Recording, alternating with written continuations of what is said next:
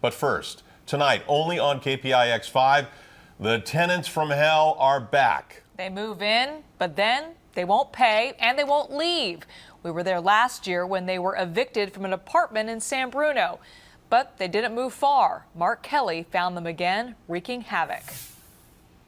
Is there a good reason why the rent hasn't been paid? Can you stop it? Meet the family with a reputation. Get your cameraman out of my face, please. He's not welcomed in. We have permission to be here. You don't have my permission. Just get the As the tenants from hell.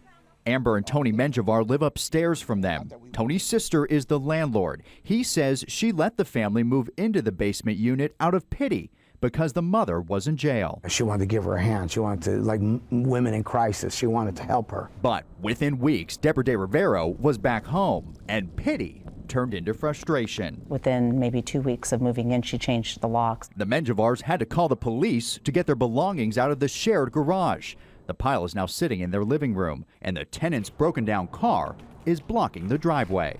When the new tenants stopped paying the rent, the Menjivars realized they may have been conned. I think she comes in, she knows that she has 3 or 4 months legally, and that's her game. Renter Deborah De Rivero was... That's when Amber went online and found 2 KPIX 5 reports on Deborah De Rivero doing the same thing to another hapless homeowner. And then I looked at the stories, and I thought to myself, here's part 3. Turns out there are more than 3 parts to this story. We found 8 evictions against the De Rivero family in just the past 6 years. Unfortunately, as we found out, there are some people like Miss De Rivero who move from property to property. Aaron Farmer represented not 1 but 2 landlords that tangled with Deborah, one after the other. The sheriff comes to remove her from the first property on one day, and literally the next day, she's moving into the next property. He showed us documents from his last case, a bad check written to a closed account, a rental application with a fake name,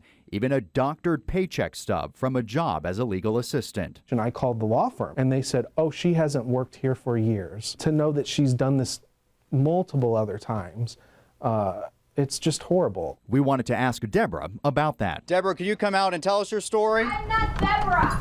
Okay, you have the wrong person. What's your name? I'm not interviewing with anybody. She told us we had it wrong. She's not on the lease. Well, that doesn't matter whether you're on the lease or not. You still have to pay the rent. I need you guys to leave. The police is coming. Sure enough, the tenants had called the cops on us. We're here with Channel 5. She should be prosecuted for this. You know, she's hurting a lot of people. Absolutely, you'd call them squatters. Professional squatters. They're just serial squatters. So the tenants have just been served a 3-day notice, but the eviction process usually takes several months. And without any rent coming in and a mortgage to still pay, the Menjivars say they are at this point in danger of losing their own home. Amazing. And with all the evictions on their record, how are they still able to do this? That's what's so amazing. So what they're doing is they're targeting these small landlords, and they're not clearly doing these background checks. They're not checking their references very closely. They're the landlords that they're targeting. Now, keep in mind, if you are a landlord, you could have someone do this for you, and we put all that information online at kpix.com. All right, Mark. Thank you. Thank you. Thanks, Mark.